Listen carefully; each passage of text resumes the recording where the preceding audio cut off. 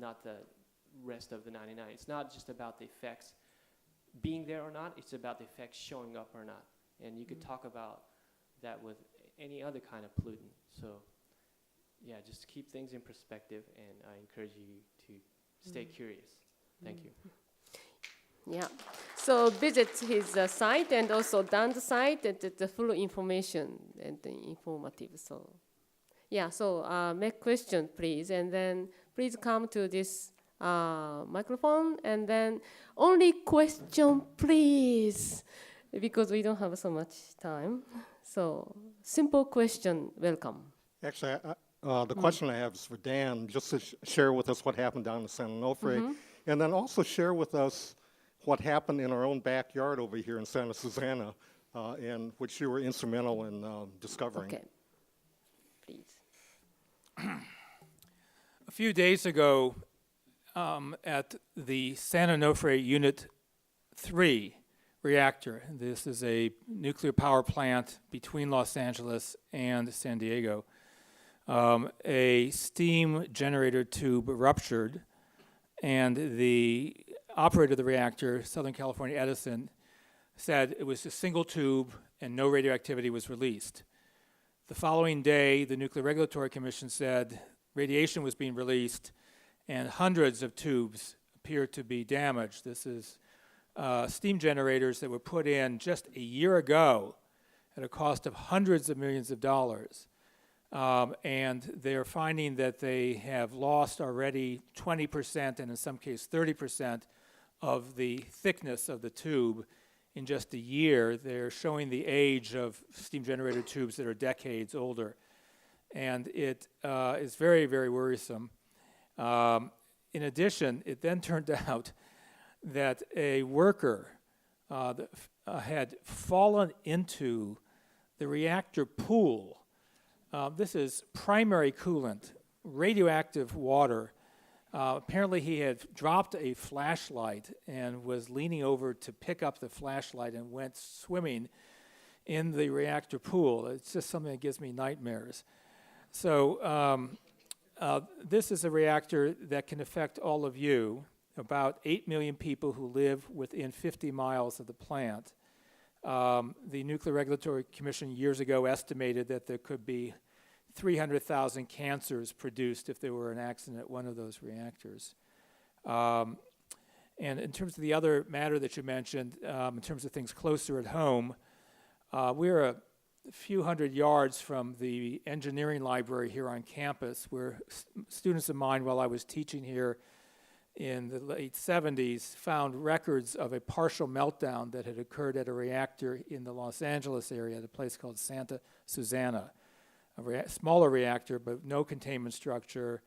They vented radioactive gases for weeks, and 50 years later, they still are trying to clean up the contamination. We still haven't been able to get the government to finish the cleanup.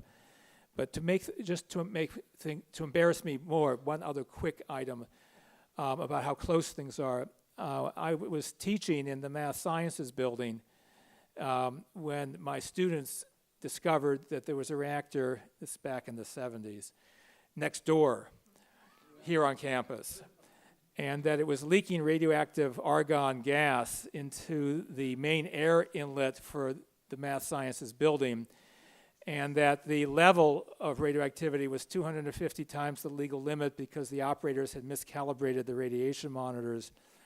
I didn't believe a word of my students, and as always, they were right and I was wrong. On top of that, the students said that 5 nuclear bombs worth of weapons-grade uranium was being stored in a filing cabinet in the reactor complex, and I again didn't believe them, and again they were right. And you now don't have to worry about that. The reactor, after a 5-year struggle, was shut down. The weapons-grade uranium removed, and new regulations created to try to remove weapons-grade uranium from reactors around the country. But the message is, we all live in Fukushima. It is not thousands of miles away. Think about it. It was in the building next to me. 5 bombs worth in a filing cabinet. So it is not far away. Frankly, some of it is in your bone, strontium-90 from the nuclear weapons test. And it's just not a distant problem. It's right next door. Okay, thank you. Is it okay? Then the next question? Question, please. Thank you. This is wonderful. This has to be taken to all the universities, colleges by DVD and to religious places, because these people need to learn this information. It's valuable information we cannot just afford to keep to ourselves. So need to be spread out. Okay, my question is that this, as you already talked about, the depleted uranium, and it has half-life time. So where the Japanese are dumping it? And as I know, myself, I'm an engineer, that we cannot take it out of the planet, so somewhere we have to dump it. So how safe it is dumping? Thank you. In Japan, you mean? Yeah, Japan. They call it storage, Yeah. not dumping, which is a euphemism, definitely. I think it's kind of impossible to storage, especially Fukushima. And you cannot take out that fuel already melted down, and then you cannot see it. Nobody can see it, how it is. So you cannot close it, then I think it just leave for a while. But the rest of Fukushima nuclear power plants, we have almost 44. And then so much amount of already spent nuclear fuel in Rokkasho village. It's a huge amount. So, for example, in Sweden and Finland, they have a solid, like a soil, maybe 2 billion years never moved or something like this. And they built 5 meters down storage, and they started storing it. But in Japan, we don't have such ground, and maybe kind of make a building and then keep it, and watching it forever, I think. No way. Additional information, if you have? In United States, what do you do with spent nuclear fuel? We kick it. We put it off onto future generations. We have no way of disposing of it. It's sitting in what are called kind of swimming pools next to each reactor. They wasn't supposed to stay there. We're supposed to have come up with a repository, and the reality is that at present there's no safe way of being able to dispose of it for the long periods involved. We're talking about 500,000 years. Just a quick reminder, we as a country have been around 200 or 300 years. Recorded history is a few thousand years. We've existed as a species. Less than the amount of time we'd have to dispose safely of this material. But so if you put them into the pool, in the water, the outside of material is going to be broken, and then it's leaking. Starts? The pool is supposed to be temporary until we can get a permanent solution. But the permanent solution is to put it off onto someone else who will end up paying for it, in my view, through cancers. Yeah, go ahead. I have 2 questions. What's going on in San Onofre? November they leaked, and again the end of the January. And another one is, if Israel attacks that Iranian nuclear reactors, what will happen in the world? So about the first question was leaking, contaminated water from Fukushima? No, San Diego. San Diego. San Onofre. Go ahead. The kind of reactors at San Onofre work by taking coolant from the core and running them through steam generator tubes to transfer the heat to produce electricity. they aren't supposed to leak. If they leak, the radioactive water gets out into the environment, and they're leaking at this moment.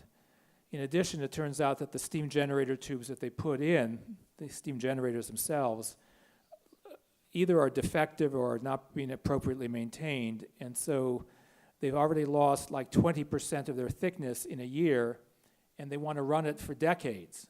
So they've got themselves a problem. The other question was about bombing the reactor in Iran.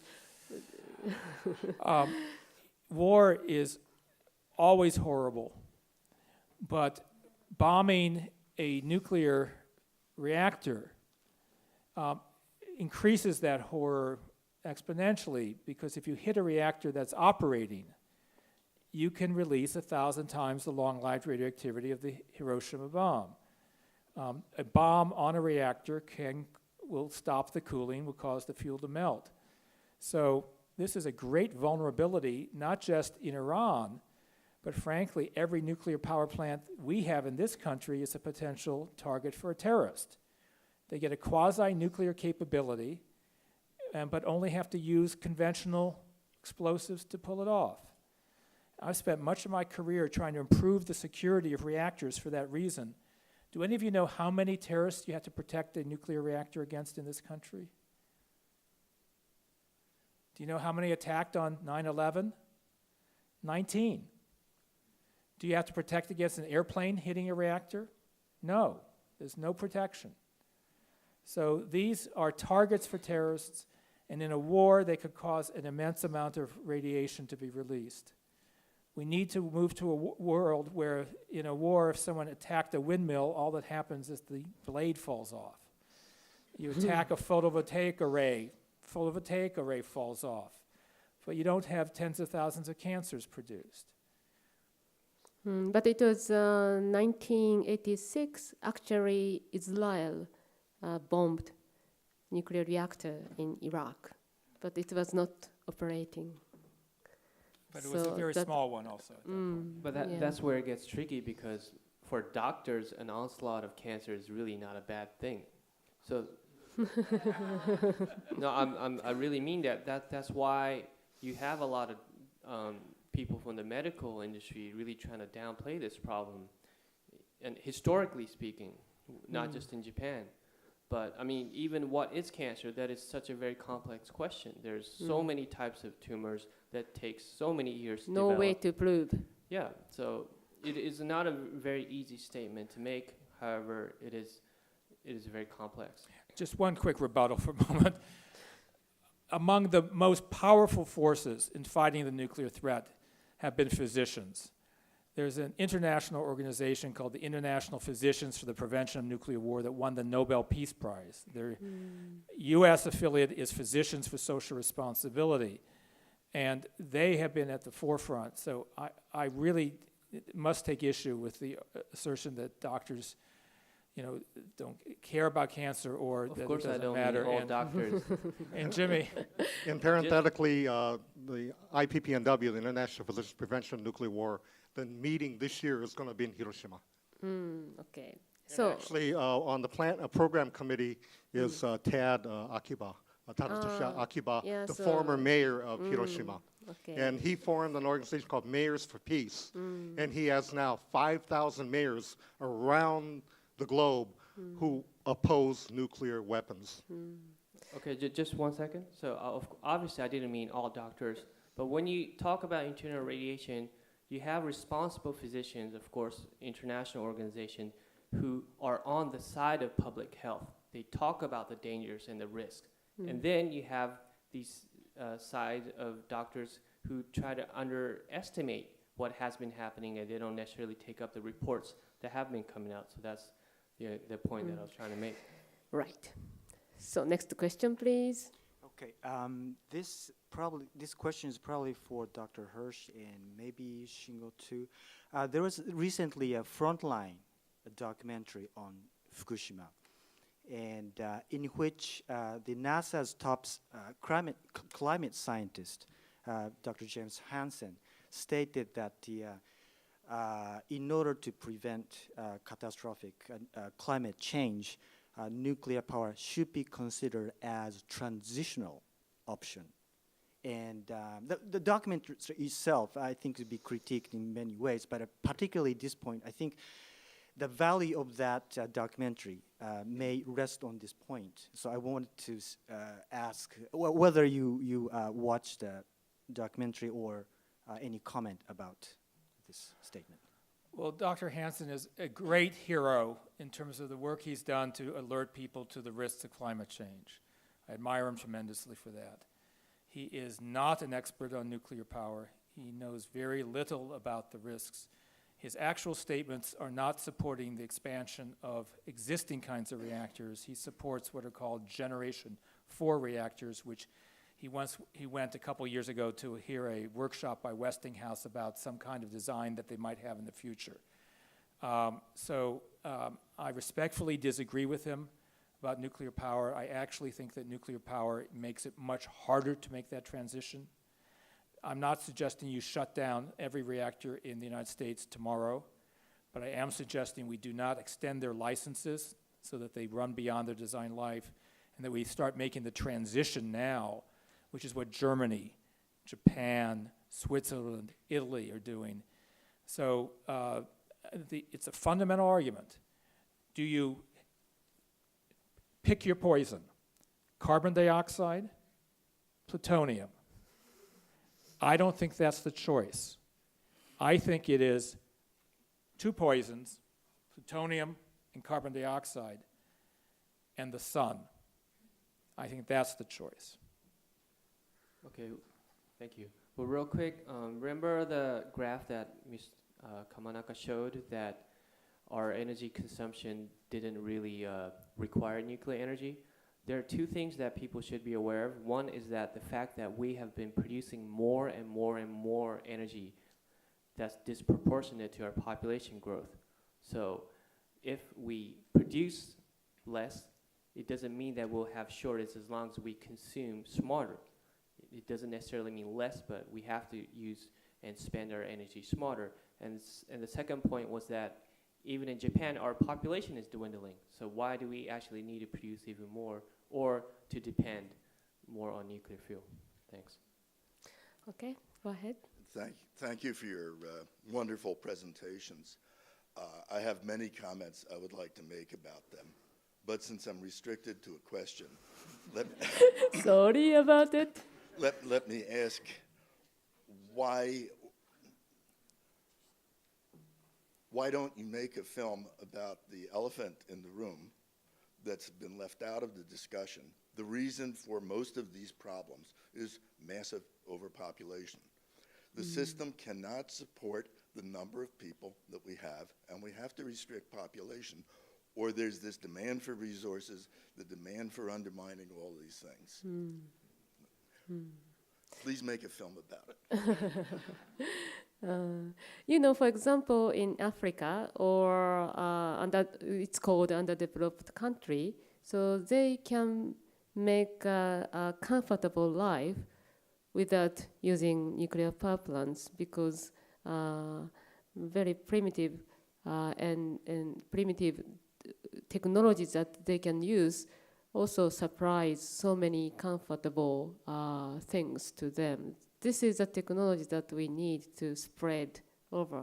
But they die very early. Yeah, so medication also. Not only energy, I think. Just a quick response. I think you're absolutely right. We are consuming more and more energy per person, but we're producing more and more persons. And the world can't sustain that. This is a gorgeous planet we've been given, and if we handle it right, it can be gorgeous for a very long period of time. But if we fill up every nook and cranny with people consuming every little bit of stuff that's around, we're going to go back to a world of devastation. So I think your point is right on.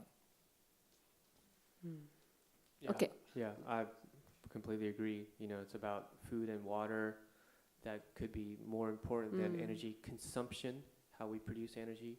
However, we really have to look at everything on a planet scale, not just a human society or human perspective. We really have to look at the balance of the entire planet. We have already lost so many species, and we are losing them. So we could be one of them. The Fukushima is such a rich country, rich area, and rich hunting water, and also forest, and the mountain, and the sea. It's all contaminated. We lost such huge resources. Also, I don't think that it's pure coincidence that we live in a time when our technology is accelerating at such a fast pace, not just the population, so that, you know, hopefully that we could use our knowledge to learn something. You know, we don't live in a primitive time anymore, so that we could keep communicating and discovering and discussing, so that we can find a solution and not just talk about the problems. Okay, go ahead. Yeah, thanks for the presentation. So I had a quick question about food supply, both domestic and potential exports from Japan, because I know the Ministry of Agriculture, Fisheries, and Forestry has been really pushing the food security line to people to eat more domestically.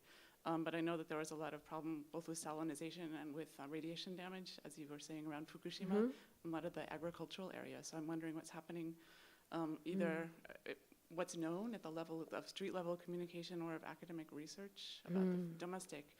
And then because I know Japan is a large overseas donor of food aid through the FAO and other international aid organizations, if there's any information about connections that are being made to sort of globalization of that kind of risk, given that we're all sort of part of the picture.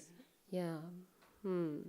So Japanese Foreign Affairs Ministry, they decided using 10 billion yen to export fish cans to Africa. So those fish going to be fishing around that area, because to support fishermen in Fukushima and those areas who cannot fish.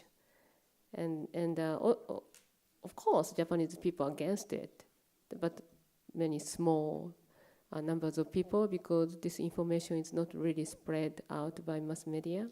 Not so many people know it. And the process of researching how much contamination goes into the foods is on the process. And depending on private sector, producers and also consumers, both sides, they now one of famous company is making a specific inspector of foods. So you need only 3 seconds to measure how much contamination inside of this vegetable and the fish and things. And I think I heard it's almost done. And I'm going to film next week. It's happening in Fukushima. But we don't have so much equipment to measure how much contamination is in the foods. Yeah, so it's on the process. We need to be aware, protect ourselves to eat contaminated foods also. But it depends on foreign countries if you import or not. You have own criteria. France and Italy, they have their own criteria. So depending on other countries. But inside of Japan, we have regulation, but nobody believes in it. Right. So the issue here is that what are the regulations? What are the standards? There are people who say there is no safe dose, therefore you could have a minuscule amount. However, it is unfair to declare that it's safe to eat. And people have, there's a word called radiosensitivity. It depends on your age, gender. Obviously, it could sometimes mean race. So, you know, there is no one standard that is fair to everybody unless society accepts it. So that is still the issue that's been worked out. It's been over a year, and now people are just discovering at a fast-paced learning and just trying to see, and they'd rather stay on the safe side than venture on the risky side. Kept you over time, Yeah. so I think that we should let you go, and thank you very much Thank for you. all of these Thank you. presentations. Thank you.